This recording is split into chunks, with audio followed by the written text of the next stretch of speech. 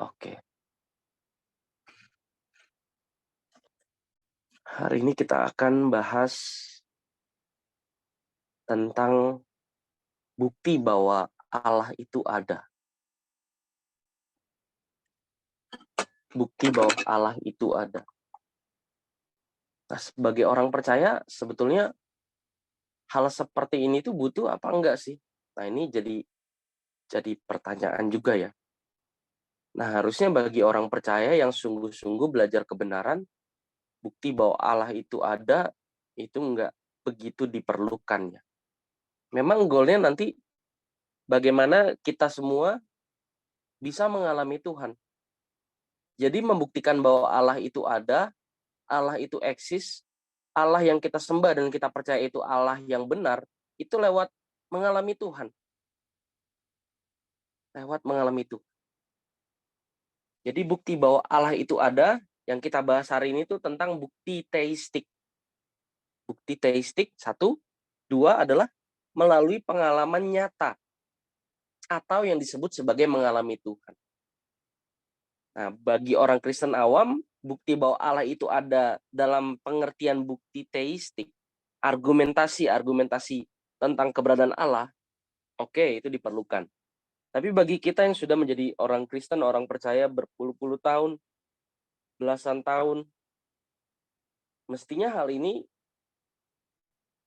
bukan lagi menjadi sesuatu yang begitu diperlukan ya. Karena harusnya sejatinya orang percaya itu mengalami Tuhan lewat orang percaya itu membuktikan bahwa Allah itu ada, Allah itu benar itu lewat mengalami Tuhan, lewat mengalami itu. Jadi ada dua ya tadi. Pertama apa? Bukti bahwa Allah itu ada, satu, bukti teistik atau argumentasi argumentasi atau bukti-bukti teistik. Nah, ini sama ya. Bukti-bukti atau argumentasi teistik. Bukti-bukti tentang keberadaan Tuhan. Yang kedua adalah tadi lewat mengalami Tuhan atau pengalaman nyata. Nah, menurut banyak orang, kalau Allah diakui atau dipercaya sebagai suatu realitas. Realitas itu sesuatu yang nyata ya. Sesuatu yang bisa dibuktikan, sesuatu yang bisa bisa dialami, sesuatu yang bisa dibuktikan. Nah, itu disebut suatu realitas. Nah, bagaimana membuktikan bahwa Allah itu suatu realitas? Hari ini kita belajar, sekali lagi nih, nggak apa-apa saya ulang-ulang terus ya, supaya kita punya pondasi yang kokoh. Jadi yang pertama adalah, hari ini kita akan belajar mengenai bukti teistik atau argumentasi mengenai keberadaan Allah. Yang kedua adalah, ini yang jadi goal kita. Bagaimana orang Kristen, orang percaya itu membuktikan bahwa Allah itu ada, Allah yang orang Kristen sembah, itu Allah yang benar, lewat mengalami Tuhan. Nah, minggu lalu, pertemuan-pertemuan sebelumnya kita udah bahas ya, mengalami Tuhan itu apa sih? Mengalami Tuhan itu mengalami pribadinya, mengalami pribadinya. Pertemuan dengan Kristus adalah kehilangan diri. Jadi pertemuan dengan Tuhan, orang yang mengalami Tuhan, orang yang mengalami pribadinya, pasti berubah. Orang yang mengalami pribadi Tuhan itu apa? Orang yang mengalami diubah oleh kebenaran firman Tuhan. Pertemuan dengan Kristus adalah kehilangan diri. Jadi mengalami Tuhan artinya adalah mengalami perubahan lewat mengalami pribadinya. Mengalami pribadi maksudnya apa? Mengalami diubah lewat firman-Nya. Ingat Yohanes 1 ayat 1, pada mulanya adalah firman, firman itu bersama-sama dengan Allah, dan firman itu adalah Allah itu sendiri. Allah adalah firman. Sama seperti raja dengan titahnya. Tahu titahnya? Titah itu perkataan. Raja dan titahnya sama-sama berkuasa nggak? Ya meskipun contoh ini terbatas ya. Ini saya garis bawahi, contoh ini terbatas. Tidak tidak mutlak seperti ini begitu. Tapi ini bisa menggambarkan. Raja dengan titahnya, raja dengan perkataannya itu sama-sama berkuasa. Jadi kalau raja ngomong langsung, dengan pribadinya langsung, itu semua pasti nurut, semua pasti tunduk. Kenapa? Ya dia raja. Atau titahnya, perkataannya. Jadi kuasa raja lewat perkataannya, titahnya tadi. Jadi kalau orang apa, biasanya raja tuh menyampaikan pesannya lewat juru bicaranya ya, juru bicaranya. Nah, juru bicara ini bertugas menyampaikan pesan atau titah raja tadi. Atau mau menangkap seseorang misalnya atas perintah raja. Macam-macam. Sama-sama berkuasa. Sama-sama berkuasa. Nah, contoh ini terbatas ya. Ini saya garis bawahi. Contoh ini terbatas. Tapi paling tidak buat menggambarkan. Sama-sama berkuasa. Loh, kan Tuhan Yesus sudah di surga. Mengalami pribadinya gimana? Gitu kan? Pertanyaannya kan? Sama. Kayak tadi, analogi raja tadi. Tuhan Yesus memang sudah di surga. Tapi firman-Nya, Injil, Alkitab, itu yang kita pelajari sekarang, itu berkuasa mengubah manusia. Roma 1 ayat 16 ya. Injil adalah kekuatan Allah yang menyelamatkan. Injil itu apa? Injil itu cara hidupnya Tuhan Yesus yang tertulis. Apa yang Yesus ajarkan, itu yang Yesus lakukan. Apa yang Yesus lakukan, itu yang Yesus ajarkan. Jadi Injil itu cara hidup Tuhan Yesus yang berisi pengajaran-pengajaran Tuhan Yesus. Yang berisi kehidupan cerita tentang Tuhan Yesus. Jadi kalau dibilang mengalami Tuhan, kan Tuhan udah di surga. Gimana kita mengalami Tuhan? Tentu tidak menutup kemungkinan ya, kita mengalami Tuhan secara audible. Audible itu maksudnya ketemu, dengar suaranya langsung. Tidak menutup kemungkinan. Meskipun itu sangat-sangat jarang terjadi ya. Orang-orang perjanjian lama tuh kan begitu ya, dengar suara Tuhan. Kalau lihat pribadinya langsung pasti terbakar ya. Tapi paling tidak mendengar suaranya secara langsung. Nah, bukan berarti menutup kemungkinan akan hal itu. Tapi yang lebih penting daripada itu, bahwa orang yang mengalami Tuhan, pasti dia berubah. Tadi mengalami Tuhan apa? Orang yang dirubah lewat mengalami pribadinya.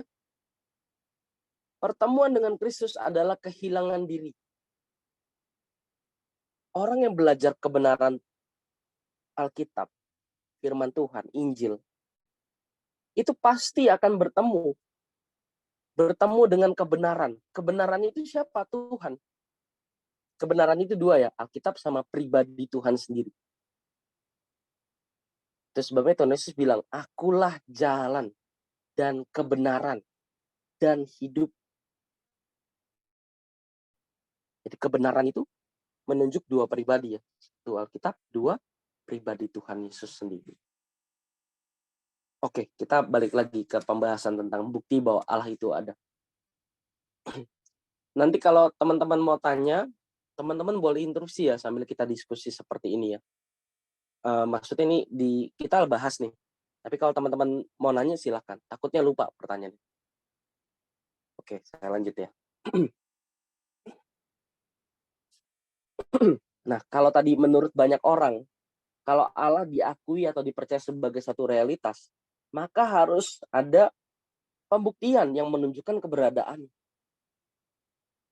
Harus ada pembuktian kalau Allah itu mau dipercaya sebagai satu realitas. Nah, ini yang membuat orang-orang ateis tidak bisa menerima keberadaan Allah. Saya pernah debat dengan orang Korea asli ya, Korea Selatan. Dia fasih berbahasa Indonesia. Kita baru bertemu, tapi dia sudah begitu akrab ya. Secara moral dia sangat baik. Saya sampai kagum, ini orang agamanya apa begitu. Ternyata pas dia cerita, gue ateis. Tadinya Kristen. Kenapa lo ateis? Dia umurnya kan jauh di atas saya. Waktu itu umur saya kalau nggak salah 22 ya. Umur dia udah 27 apa 31. Saya manggilnya Ko. Saya kira orang Cina kan. Orang Korea asli dia.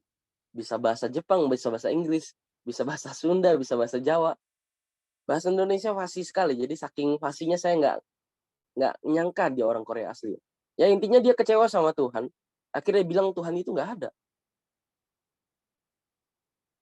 Kalau Tuhan ada, coba buktiin di depan gue sekarang. Dia bilang kayak gitu. Terus saya bilang gini, kok Tuhan itu nggak murahan kok. Kalau kita main jalangkung sekarang nih, kita cari gara-gara di tempat kosong nih, kita ngundang ritual, ngundang setan. Setan pasti datang. Kenapa? Murahan. Tapi Tuhan itu nggak murahan.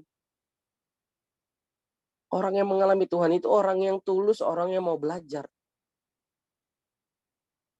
Kalau nggak gini deh kok, saya bilang gitu. Nanti pas kita mati, kita lihat aja deh kok.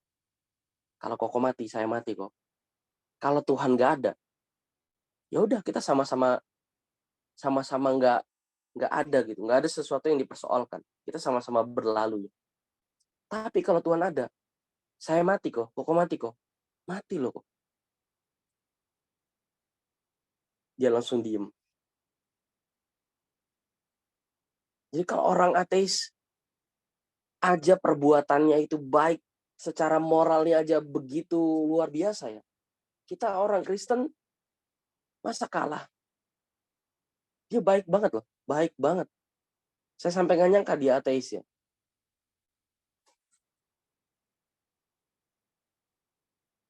Jadi mereka yang nggak percaya Tuhan sebagai realitas biasanya orang-orang yang kecewa ya sama hidup ini ya. Biasanya mereka yang kecewa sama hidup ini. Tapi ada juga mereka yang menuntut pembuktian kalau Tuhan itu ada ya coba buktiin gitu ya. Tapi kebanyakan juga ya tadi karena dikecewakan sama hidup. Akhirnya menganggap Tuhan itu tidak ada. Kalau Tuhan ada kenapa hidup saya susah? Kenapa hidup saya menderita? Kenapa pada saat saya menderita Tuhan tidak tolong?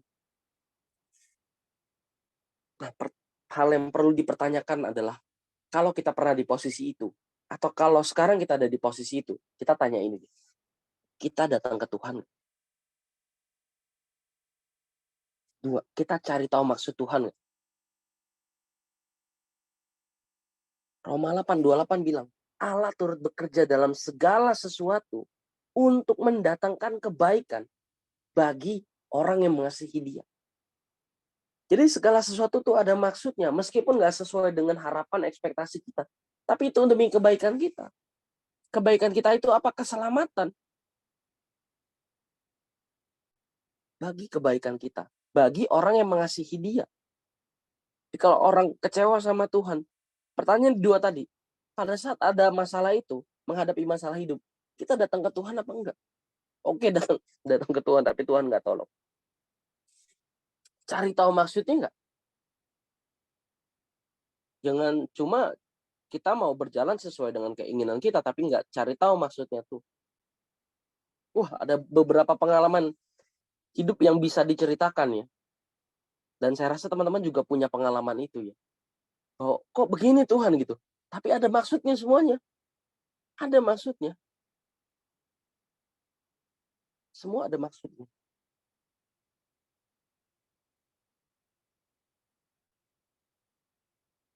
Nah, kalau orang kita balik ke tadi ya. Kalau orang nggak percaya Tuhan karena dia merasa Tuhan itu nggak bisa dibuktikan.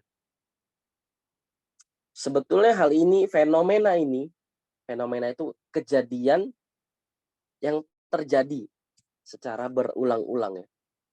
Fenomena, pengalaman. Jadi fenomena bahwa banyak orang nggak percaya Tuhan itu udah ditulis di Alkitab. Kita nggak usah jadi, wah kok gini Tuhan jadinya Tuhan gitu. Ini semua udah ditulis di Alkitab ya. 2 Petrus, nanti teman-teman baca ya. 2 Petrus 3 ayat 1 sampai 13. Di sana telah dinubuatkan bahwa suatu saat akan muncul pengejek-pengejek atau pencemooh Tuhan yang melecehkan keberadaan Tuhan. Yang melecehkan keberadaan. Jadi kalau fenomena ini muncul, kejadian peristiwa-peristiwa ini muncul, berarti hari Tuhan, kedatangan Tuhan sudah semakin dekat.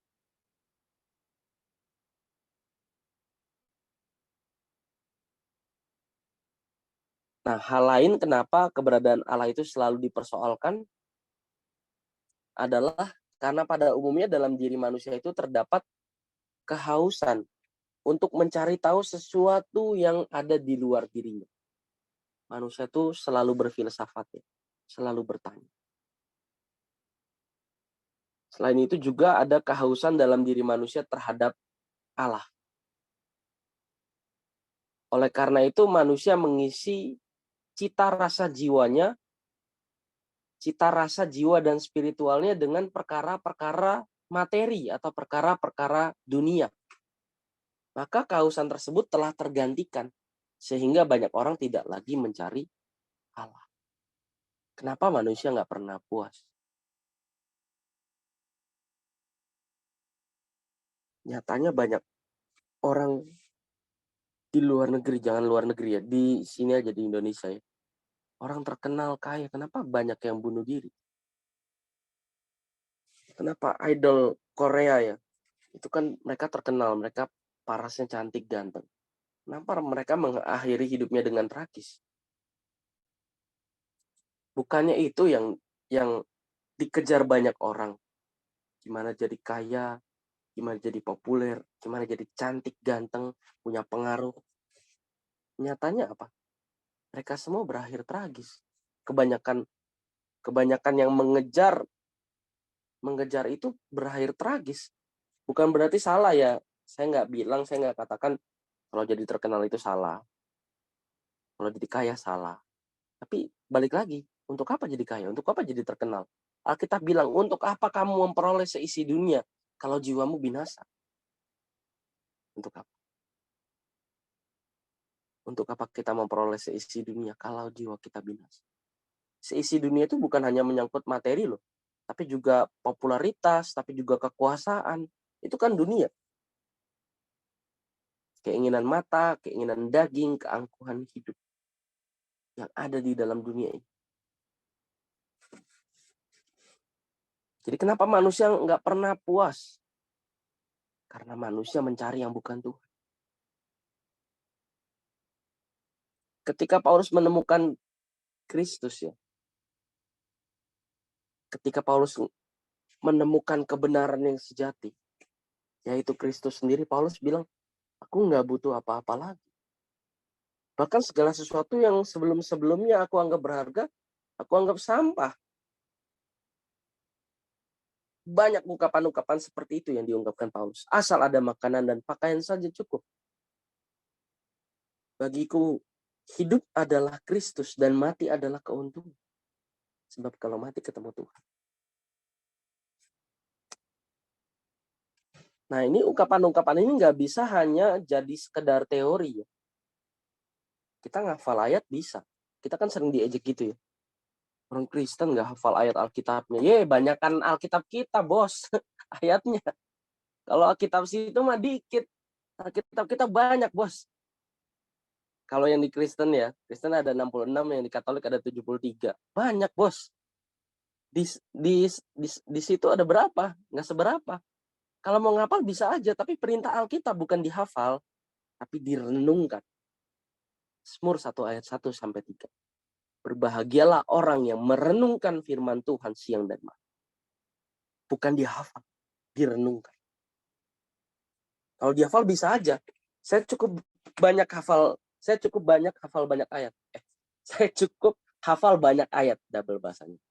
Legit. Tapi buat apa kalau nggak paham semua itu? Buat apa? Lebih baik kita belajar, kita memang nggak hafal banyak ayat, tapi kita memahami ayat itu. Itu kan yang ngerubah kita. Merenungkan artinya memikirkan terus-menerus. Kita nggak ngerti nih, ini firman ini apa ya artinya ya? Kita pikirin ulang terus, sampai kita dapat insight. Oh, ini artinya.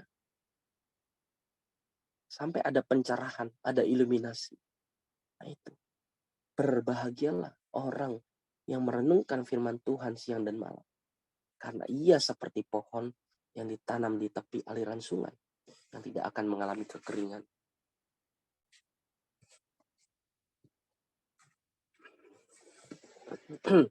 Jadi kalau orang mencari yang bukan Tuhan, sampai kapanpun dia nggak akan pernah cukup.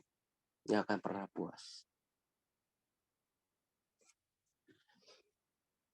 Firman Tuhan lagi bilang gini, berbahagialah orang yang haus dan lapar akan kebenaran. Keywordnya sama kayak yang sebelumnya kita bahas. Sama yang hari ini maksudnya. Yang beberapa detik lalu kita bahas. Berbahagialah orang yang merenungkan firman. Berbahagialah orang yang haus dan lapar akan kebenaran. Karena mereka yang akan dipuaskan. Dikenyangkan. Jadi sebelum orang menemukan Tuhan, dia nggak akan pernah merasa cukup. Tes aja. Tes aja.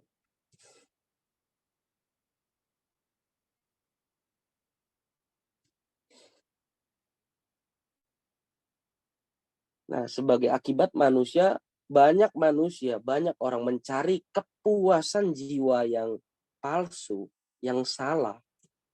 Dari hal inilah sebetulnya iblis menggiring manusia ke dalam kegelapan abad. Kalau kita disuruh nyembah iblis, pasti kita nggak mau. Gue bukan orang bodoh. Siapa mau nyembah lu gitu kan? Tapi ingat, iblis itu oknum paling cerdas. Iblis itu oknum paling cerdas. Secerdas-cerdasnya manusia di abad manapun, zaman apapun, tetaplah iblis yang paling cerdas. Kenapa? Dia sudah ada sebelum adanya waktu. Alkitab katakan dia makhluk yang sempurna. Nah, tentu kita diadu sama iblis bukan dalam hal kepintaran ya, bukan hal kehebatan ya, tapi soal ketaatan. Iblis tuh cerdas. Jadi jangan meremehkan oknum ini. Tapi bukan oknum itu udah kalah.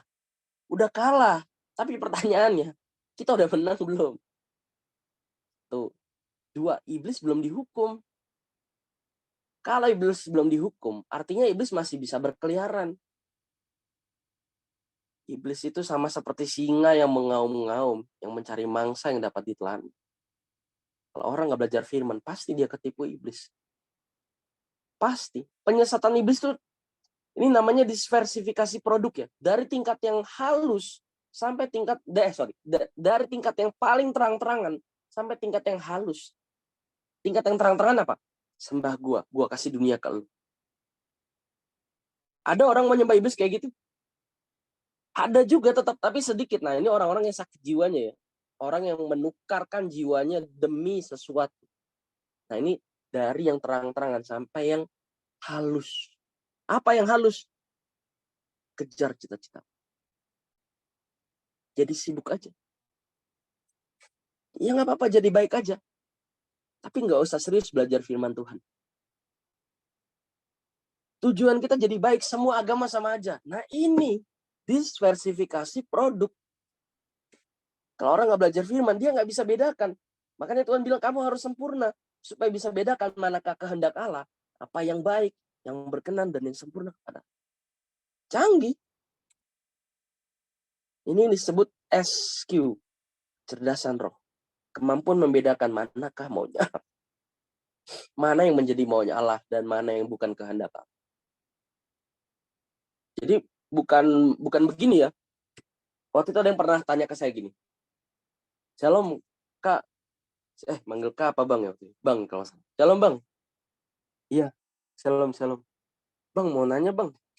Ini saya kok punya pergumulan, saya udah doa ke Tuhan tapi nggak dijawab-jawab ya. Ini orang lama ya, salah satu orang lama ya. Cuma di bawah. Terus saya bilang aja, sebenarnya kita udah tahu jawabannya. Sebenarnya udah tahu jawabannya. Emang suara Tuhan tuh kayak gimana? Yang banyak apa ya? Ini jadi disalahpahami ya. Jadi orang berdoa terus kalau Tuhan belum ngomong secara audible gitu, berarti bukan suara Tuhan. Enggak juga. Kita udah tahu jawabannya. Lewat apa? Lewat belajar firman. Firman yang udah kita pelajari itu jadi cara berpikir, bangunan berpikir. Nah, bangunan berpikir itu dipakai buat mengambil keputusan. Aduh, saya berdoa belum dijawab Tuhan nih. Saya udah bergumul nih tentang masalah ini. Kira-kira Tuhan maunya apa ya? Saya bilang aja, nggak gimana bilangnya ya, sebenarnya kamu udah tahu jawabannya, sebenarnya udah tahu jawabannya. Kenapa saya bilang udah tahu jawabannya? Ya kan saya tahu materi yang udah kita pelajarin kan, dan saya tahu tingkatan komitmen dia tuh kita tuh udah sampai mana ya. Harusnya dia udah tahu. Baru pas ketemu saya jelasin. Jadi suara Tuhan itu adalah firman yang kita pelajari, logos yang kita pelajari, jadi cara berpikir, jadi bangunan berpikir. Nanti Tuhan kasih masalah, Roh Kudus menerjemahkan logos itu dalam situasi konkret. Di mana dalam situasi konkret itu firman itu akan timbul.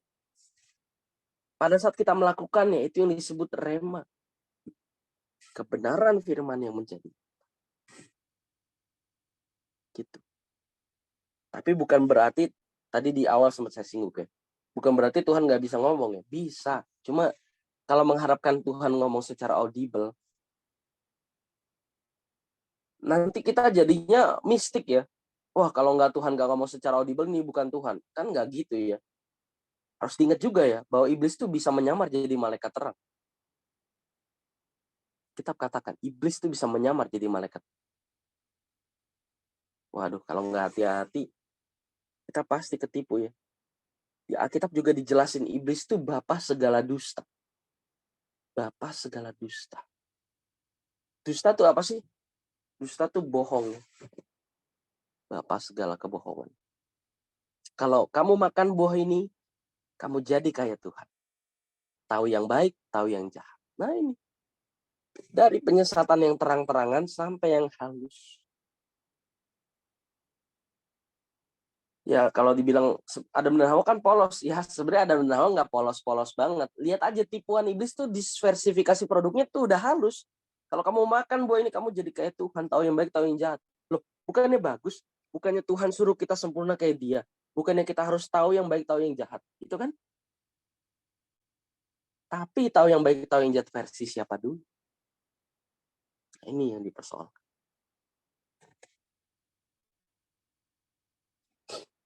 Oke, kita bahas bukti teistik ya. Nah, menjadi persoalan apakah ada bukti-bukti yang bisa menjadi dasar untuk menunjukkan bahwa Allah itu ada? Ada nggak sih penjelasan-penjelasan teori, penjelasan-penjelasan teoritis yang mau menjelaskan, yang mau membuktikan bahwa Allah itu ada? Ada.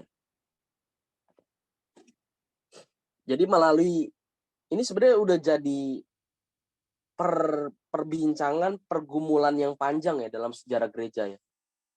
Para teolog tuh sudah mengupayakan adanya bukti-bukti untuk menunjukkan bahwa Allah itu ada. Jadi udah sejak lama ya. Udah sejak lama. Nah, berikut yang mau kita bahas sekarang ini. Nah, ini yang biasanya dijelaskan untuk meneguhkan bahwa Allah itu ada. Penjelasan ini yang biasanya digunakan untuk menjelaskan bahwa Allah itu ada. Bisa dicatat nggak nih? Siapa yang notes? Bukti-bukti teistik.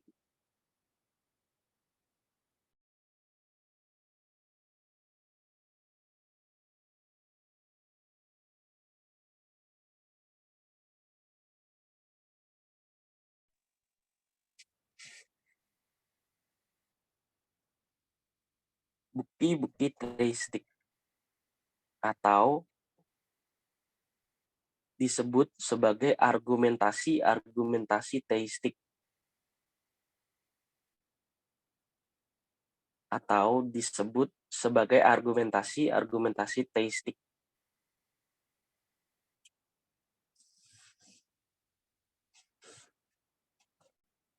Oke, titik. Teistik artinya berhubungan atau bersifat ilahi atau Allah.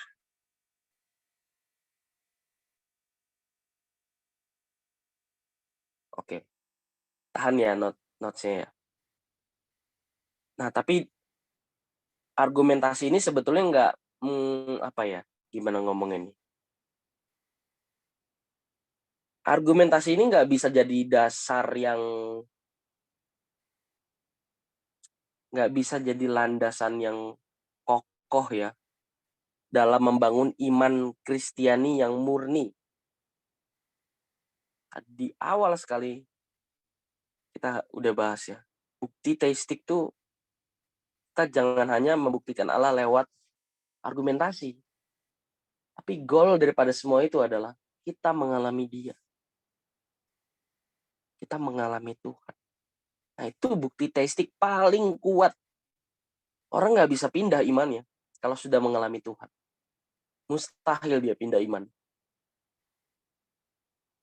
Jadi kalau ada doktor teologi Kristen yang pindah agama, sudah pasti dia nggak mengalami Tuhan. Dia belum pernah mengalami Tuhan.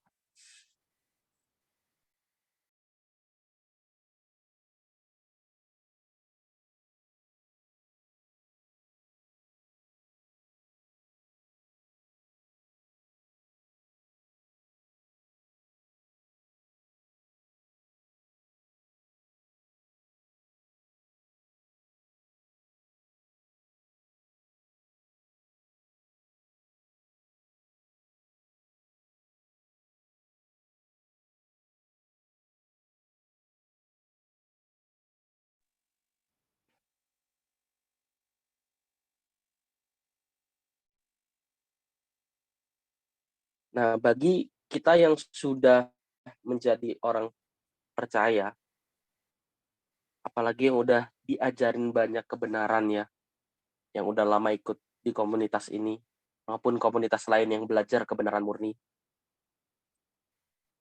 Nah, bukti-bukti atau argumentasi teistik ini bukan berarti sama sekali tidak berarti ya.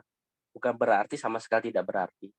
Tapi bisa memberi kita topangan untuk meyakini atau meneguhkan keyakinan terhadap keberadaan Allah. Sehingga kita tidak meragukan sama sekali bukti-bukti teistik tersebut.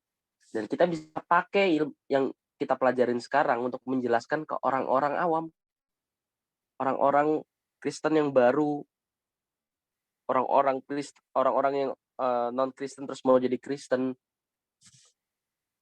Kita bisa pakai penjelasan ini.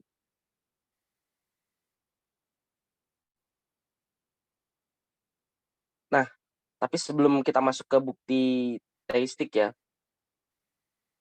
sebetulnya ada hubungan antara Allah, manusia, serta kosmos atau alam semesta ini. Jadi ini prolog singkat tentang bukti teistik atau argumentasi tentang keberadaan Allah. Ada hubungan yang nggak bisa disangkal antara Allah, manusia, dan kosmos atau alam semesta. Dan berdasarkan relasi atau hubungan yang bisa tersambung ini, maka dibangunlah argumentasi atau bukti teistik ini. Argumentasi atau bukti-bukti teistik tersebut adalah satu, argumentasi antropologis. Boleh dikasih tambahan. Argumentasi tersebut antara lain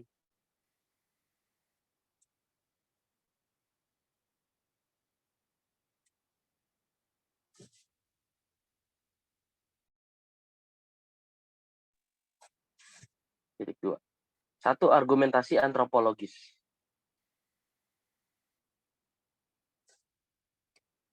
Argumentasi antropologis ini berpijak pada anggapan bahwa tidak mungkin manusia dengan metabolisme yang rumit ini dan sempurna ini ada dengan sendirinya atau karena suatu kebetulan. Pasti ada tangan yang menciptakan. Logika sederhananya gini, sehebat-hebatnya dokter dari zaman dulu sampai sekarang, nggak ada dokter yang bisa menguasai fisik manusia, tubuh manusia, metabolisme manusia. Makanya ada dokter spesialis. Betul ya? Setuju ya? Nggak ada dokter yang bisa menguasai semua metabolisme tubuh manusia. Rumitnya tubuh manusia. Nggak ada. Makanya ada dokter saraf, ada dokter ginjal, ada dokter penyakit umum, ada penyakit dalam, ada dokter kulit. Waduh, saking kompleksnya susunan manusia ini, nggak ada yang bisa menguasai. Nah, apa bisa tubuh yang kompleks yang teratur ini bisa ada dengan sendirinya? Kan nggak mungkin. Kok disebutnya antropologi? Nah, ini kita udah belajar ya.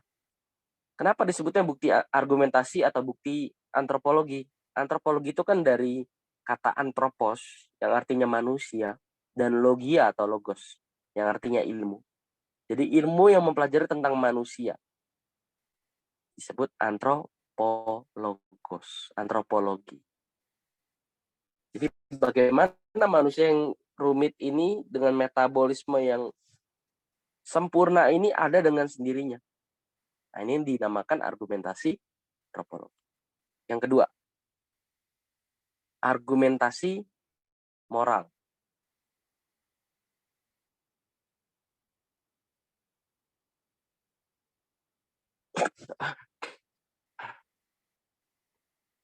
Argumentasi moral itu gini, kita nggak bisa menyangkali fakta bahwa dimanapun, di belahan dunia manapun, itu terdapat hukum moral atau etika yang mirip atau sama. Tangkap nggak nih?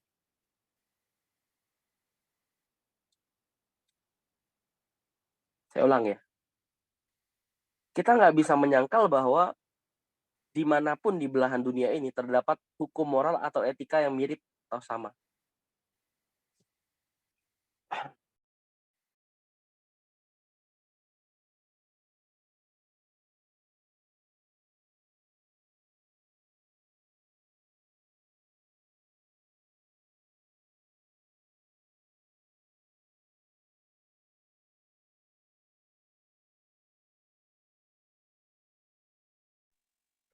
Sorry, sorry.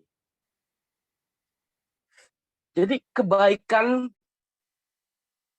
sopan santun itu kenapa bisa mirip begitu? Ya meskipun ada budaya-budaya tertentu ya, ada budaya lokal. Misalnya di Cina itu kalau kita nggak makan di rumah tamu sampai habis, dianggap nggak sopan. Bener ya? Atau misal di Batak ada nggak? Pasti ada ya. Di Batak itu apa misalnya contohnya, Ezra? Atau di Nias ya? Fitri ini orang Nias ya? Iya, Kalau enggak di kok. Nias ada ini nggak? Contohnya nggak? Contohnya apa ya? Kalau dinas mungkin harus menghormati yang lebih tua. Kalau contohnya kan orang Jawa nih, kalau ada makanan mungkin mereka lewat-lewat aja. Tapi kalau kita kayak harus, aku pernah lihat orang Jawa itu kayak melangkahi makanan kan, terus mereka kayak biasa-biasa aja, nggak ada permisinya. Kalau orangnya situ kayak kalau makanannya mungkin disingkirin baru dilewati gitu. Itu kayaknya Jawa yang nggak sopan ya. Iya. Tapi biasa Jawa tuh nggak enakan nih. Misalnya contoh lainnya gini. Di Batak yang saya tahu ya. Kalau kalau apa? Kalau dia disuguhin satu jamuan terus sendawa itu bukan dianggap ketidaksopanan. Bener nggak nih? Apa saya salah? Coba bisa dikoreksi nih Ezran. Kayaknya nggak tahu sih, kok mungkin aku jarang jarang dengar tentang itu. Biasa aja sih kalau orang Batak. Ada contoh lagi nggak dari Ezra? Yang lokal ya, Hmm. maksudnya yang jadi apa budaya atau moral moral di orang Batak gitu yang beda dengan tempat lainnya. Hmm. Sama aja sih kayaknya sama orang-orang pada umumnya. Nah, kalau yang sama itu yang umum, yang kita bahas sekarang nih, Mm-mm. argumentasi moral. Jadi kok bisa ya di berbagai belahan dunia manapun itu kita punya bahasa kebaikan, bahasa moral umum yang sama. Ini disebut argumentasi moral. Habis ini nangkep ya, yang moral ya. Nah, kalau yang khususnya tadi macam-macam ya. Beberapa tadi kita udah bahas. Oke, kita masuk ke argumentasi yang ketiga, argumentasi kosmologis. Argumentasi kosmologis. Kosmologis dari kata kosmos dan logia ya. Artinya alam semesta atau jagat raya.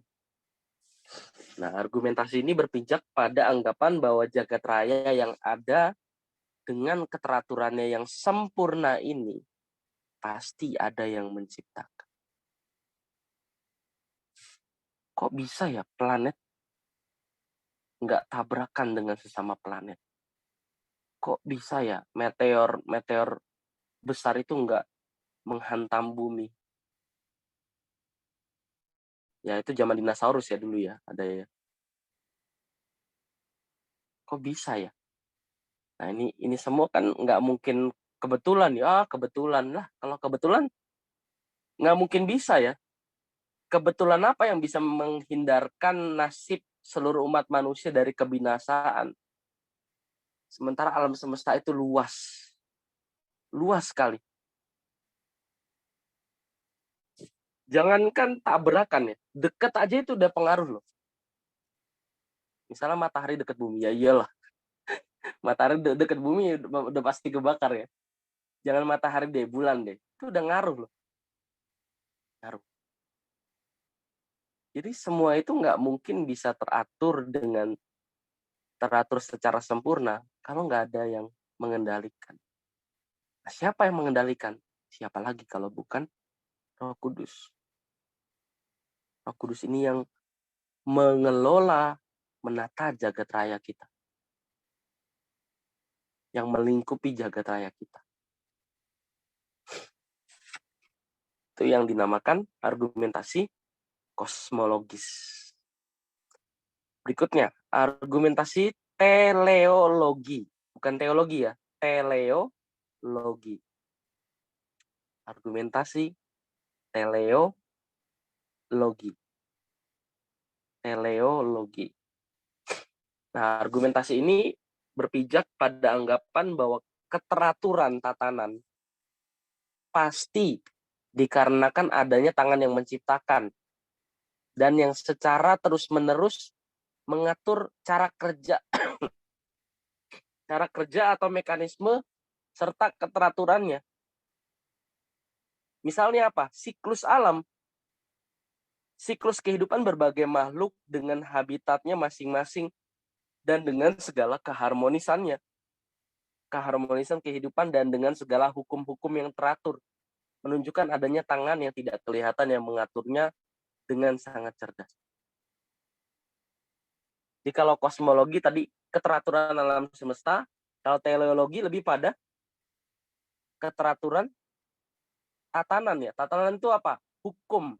Hukum itu apa? Aturan main, cara kerja.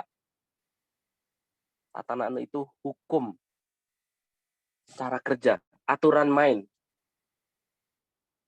Jadi keteraturan tatanan atau hukum contohnya apa? Hukum gravitasi ya.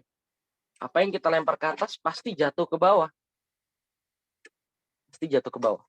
Nih, saya lempar bola ini ya. Saya lempar ke atas, dia nggak mungkin nggak jatuh ke bawah. Kenapa? Ada hukum gravitasi.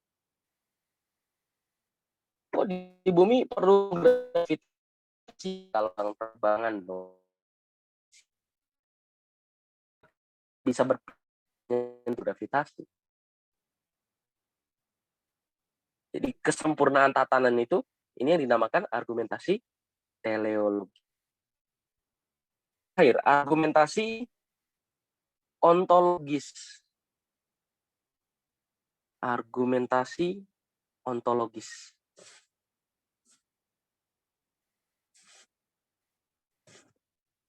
Argumentasi ini berpijak pada anggapan bahwa manusia memiliki kesadaran akan adanya keberadaan yang sempurna.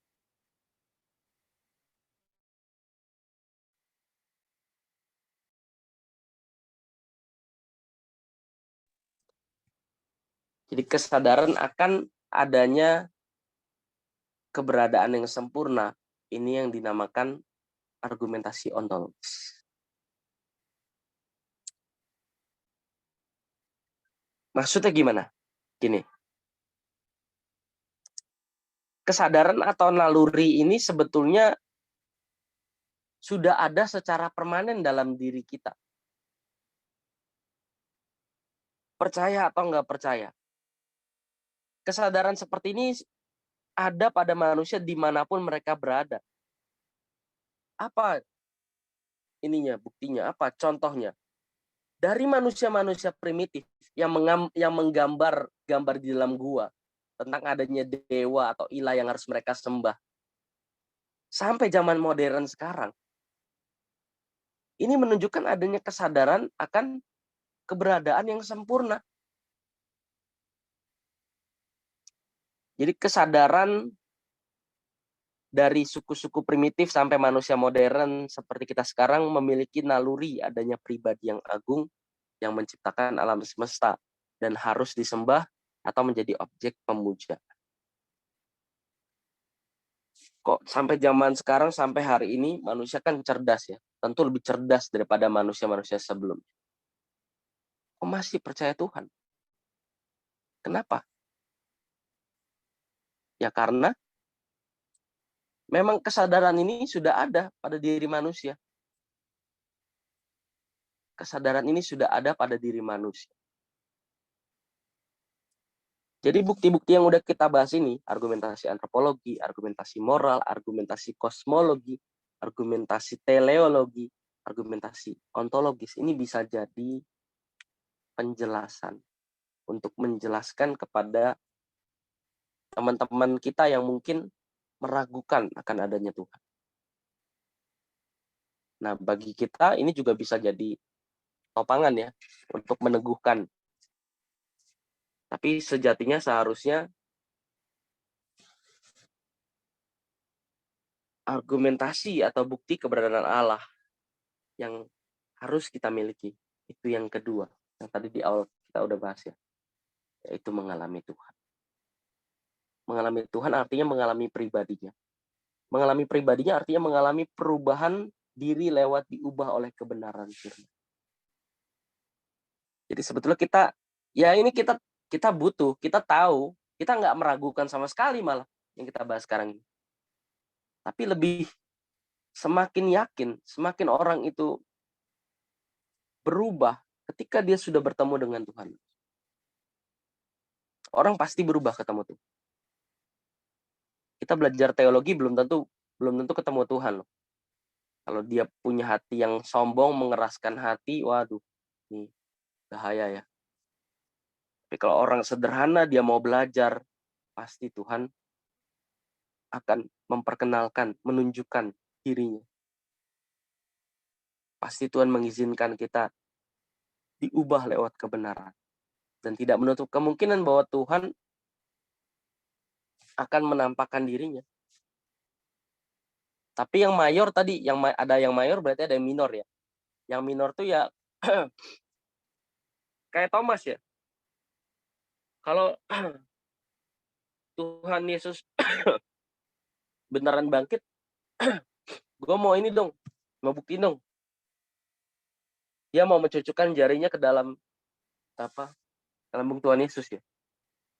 Kalau enggak dia nggak bakal percaya. Makanya di Alkitab tuh ada kisah Thomas.